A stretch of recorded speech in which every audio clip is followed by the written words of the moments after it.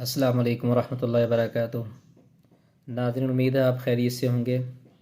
ناظرین، آپ کے سامنے ایک ایسی ویڈیو شیئر کی جا رہی ہے جو کہ رمضان المبارک کی مناسبت سے ہے۔ اب جب کہ شعبان المعظم چل رہا ہے، رمضان کی ساتیں مبارک دن اور راتیں آنے والی ہیں، تو اس حوالے سے ضروری ہے کہ ہم اپنے رمضان مبارک میں اپنی عبادات کو بہتر طریقے سے کرنے کے لیے، امید ہے کہ ہم پہلے سے ہی کر رہے ہوں گے تمام عبادات خشوع و خضوع کے ساتھ، لیکن جو رمضان مبارک کا مہینہ ہے اس میں ہمیں پہلے سے زیادہ اس کی فکر اور تیاری کرنی چاہیے۔ آپ صلی اللہ علیہ وسلم بھی رمضان مبارک کے آنے سے پہلے یعنی شعبان المعظم میں اس کی تیاری کے لیے مصروف ہو جاتے تھے۔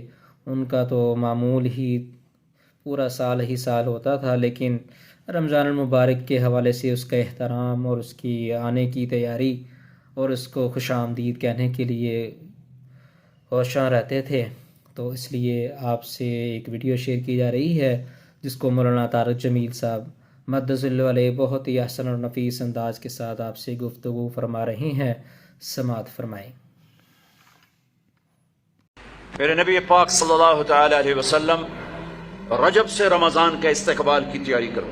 جب رجب کا مہینہ آتا تو آپ اللہم بارک لنا فی رجب و شعبان وبلغنا رمضان، یا اللہ ہمارے رجب شعبان میں برکت دے اور رمضان کا مہینہ ہمارے نصیب فرما۔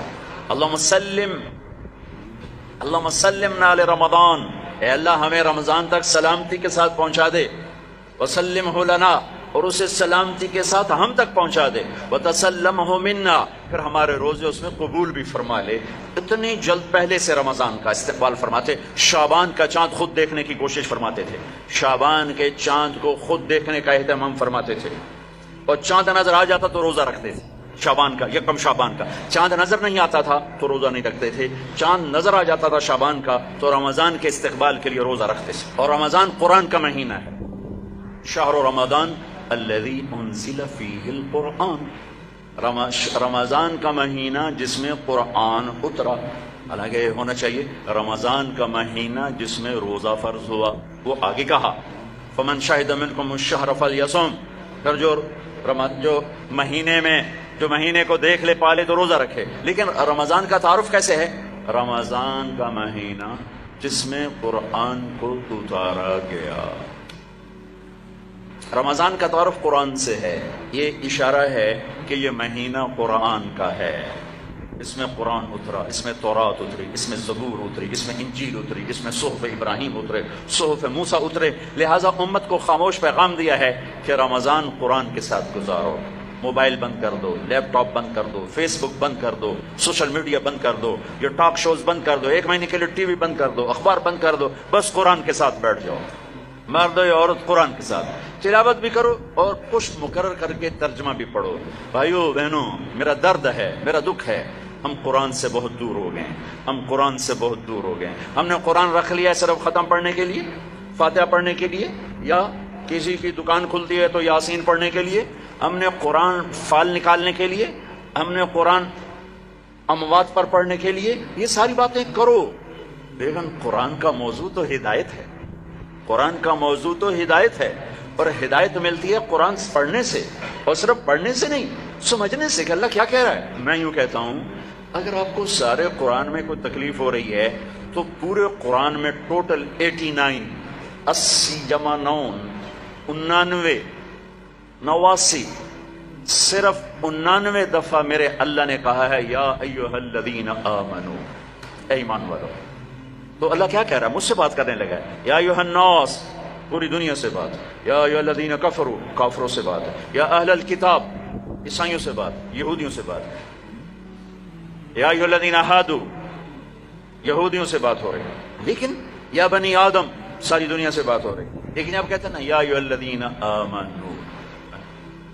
تو اس کی مثال ایسے جیسے آپ سب بیٹھے ہوئے، اب کتنے بیٹھے، میں کہتا ہوں بھائی نواز صاحب ذرا میری بات سنیں، میں ان کو یہاں بلا لیتا ہوں، یوں بات شروع کر دیتا ہوں، آپ سب کے دل میں آئے گا کوئی خاص بات ہے، تو خاص بات ہو رہی ہے نا، خاص بات ہو رہی ہے۔ میرا رب قرآن کے 30 پاروں میں میں قربان جاؤں، کتنا تھوڑے ہمیں اللہ نے حکم سنا ہے، صرف 89 دفعہ، اے ایمان والو، اے ایمان والو، اے ایمان والو، اے ایمان والو۔ اس کے بعد اللہ کیا کہتا ہے؟ اللہ کے واسطے اتنا تو پڑھ لو کہ اللہ تو کیا کی جانا رس، اور اس میں ہر دفعہ نیا حکم نہیں ہے، ایک ہی حکم کئی دفعہ آیا ہے۔ یا ایھا الذین آمنوا اتقوا اللہ حق تقاتہ، یا ایھا الذین آمنوا اتقوا اللہ ولتنظر نفس ما قدمت لغد واتقوا اللہ، یا ایھا الذین آمنوا اتقوا اللہ وآمنوا برسولہ، اتقوا اللہ، اتقوا اللہ، اتقوا اللہ، تکرار کے ساتھ۔ تو میرے بھائی بہنوں، اتنا تو قرآن دیکھ لو کہ یا ایھا الذین آمنوا کے بعد اللہ کیا کہتا ہے، کیا کہہ رہا ہے؟ جس کا ترجمہ پسند ہے اس کا پڑھ کے دیکھ لو کہ میرا اللہ مجھ سے کیا کہتا ہے۔ اللہ کے واسطے قرآن سے دوری ختم کرو، قرآن سے اخبار پڑھنے کے لیے بھی ٹائم ہے، ٹاک شو دیکھنے کے لیے بھی ٹائم ہے، فضولیات کے لیے بھی ٹائم ہے، کرو آدھا گھنٹہ نکال لو، آدھا گھنٹہ، 15 منٹ، 10 منٹ، چلو ایک آیت۔ تو میرے بھائی بہنوں، اس مہینے کو قرآن کا مہینہ بناؤ۔ فمن شہد منکم الشہر فلیصم، مہینہ آ گیا، روزہ رکھو۔ فمن کان مریضا علی سفر فعدۃ من ایام اخر، مریض ہو، سفر میں ہو، بعد میں رکھ لو۔ ایک لفظ اور ہے وَلِتُكْمِلُوا الْعِدَّةَ، اس مہینے کو مکمل کرو، پورا کرو، لیکن لفظ ہے کمال۔ کمال کا کیا مطلب ہوتا ہے؟ صفات میں پورا کرنا۔ تمام کا کیا مطلب ہوتا ہے؟ اجزاء میں پورا کرنا۔ روزے کو کمال تک پہنچانے کے لیے 4 چیزوں کو چھوڑنا ہوگا، 4 چیزیں اگر ہیں، نہیں ہیں تو مبارک، ہیں تو چھوڑنا ہوگا۔ میرے نبی نے فرمایا جو شراب پیتا ہے اس کا روزہ اوپر نہیں جاتا ہے۔ تو اگر کسی کو عادت ہے توبہ کر، پھر شرابی تو تھوڑے ہیں، جو ماں باپ کا نافرمان ہے اس کا روزہ اوپر نہیں جاتا ہے، یہ بہت زیادہ ہیں۔ ماں باپ کی نافرمانی تو جنگل کی گھاس کی طرح پھیلی ہوئی ہے، شاید ہی کوئی خوش قسمت ماں باپ ہوں گے جن کی اولاد ان کی آنکھوں کی ٹھنڈک ہوگی، ورنہ آج کل اولاد سینے کا کانٹا بنے ہوئے ہیں اور کانٹے کی طرح چبھے ہوئے، خنجر کی طرح کاٹ رہے ہیں۔ ماؤں کو روتے دیکھا ہے، تڑپتے دیکھا ہے، ماں باپ کو۔ مجھے ایک باپ کہہ رہا ہے، باپ میرے علاقے کے زمیندار فوت ہو گئے، پرانا تعلق، میرا پتر اگے چ سڑدا پہ ہوئے تو میں دعا نہ کرے سا بچ کر، ہاں میرے سامنے بیٹھ کے کہ مولانا صاحب دی ماں بھی آندی ہے جی اگے سڑدا پہ ہو سی تو میں نہ اکسان اللہ سائیں میرے پتر نو بچا۔ تو ماں باپ کی نافرمانی یہ روزے کو نہیں پورے دین کو روک دیتی ہے، پورے دین کو روک دیتی ہے، صرف روزہ نہیں ہے، پورا دین رک جاتا ہے۔ ایک صحابی علقمہ رضی اللہ تعالیٰ عنہ، ان کی بیگم کا پیغام آیا ہے کہ میرے خامن مر رہے ہیں، کلمہ نہیں پڑھا جا رہا۔ صحابی جن کے بارے میں اللہ کہتا ہے کُلًا وعد اللہ الحسنى، میرے محبوب تیرا ہر صحابی جنتی، وعدہ کیا نا، وعدہ۔ ان کی خطائیں معاف، یہ نہیں کہ ان سے گناہ نہیں ہوئے تو ہم نے معاف کر دیا، آپ کی توفیل معاف کر دی۔ تو آپ دوڑے ہوئے گئے، کہا بیٹا کلمہ پڑھو، کہا جی نہیں پڑھا جا رہا، بول رہے ہیں کلمہ نہیں پڑھا جا رہا۔ آپ نے پوچھا ماں باپ میں کون ہے؟ کہا جی ماں۔ آپ نے پوچھا ناراض ہے؟ کہا جی ناراض ہے۔ ہم بولو، وہ آ گئی تو آپ نے پوچھا علقمہ کی ماں تم ناراض ہو بیٹے سے؟ کہا جی ناراض ہو۔ کیوں ناراض ہو؟ اب وجہ سننا، آج کل کی وجہ نہیں، وجہ سننا۔ کہا یا رسول اللہ میرا بچہ بہت نیک ہے، رات کا اٹھنے والا تھا، دن کا روزے والا تھا، لیکن مجھ سے بات بدتمیزی سے کرتا تھا، سخت لہجے میں بولتا تھا، مجھے اس کا دکھ ہے، اس نے اپنی زبان سے میرا دل توڑا، زخمی کیا۔ اللہ اللہ، آج کی طرح نہیں کہ ماں باپ کو دھکے دیے جا رہے ہوں، گالیاں دی جا رہی ہیں، صرف اتنا کہ یہ مجھے بدتمیزی کے ساتھ مجھ سے بولتا تھا۔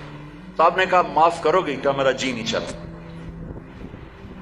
آپ نے کہا میں آگ لگا دوں اس کو، پھر سفارش کرو گی؟ کہا نہیں اتنی تو ناراض نہیں کہ آگ میں جلتا دیکھو۔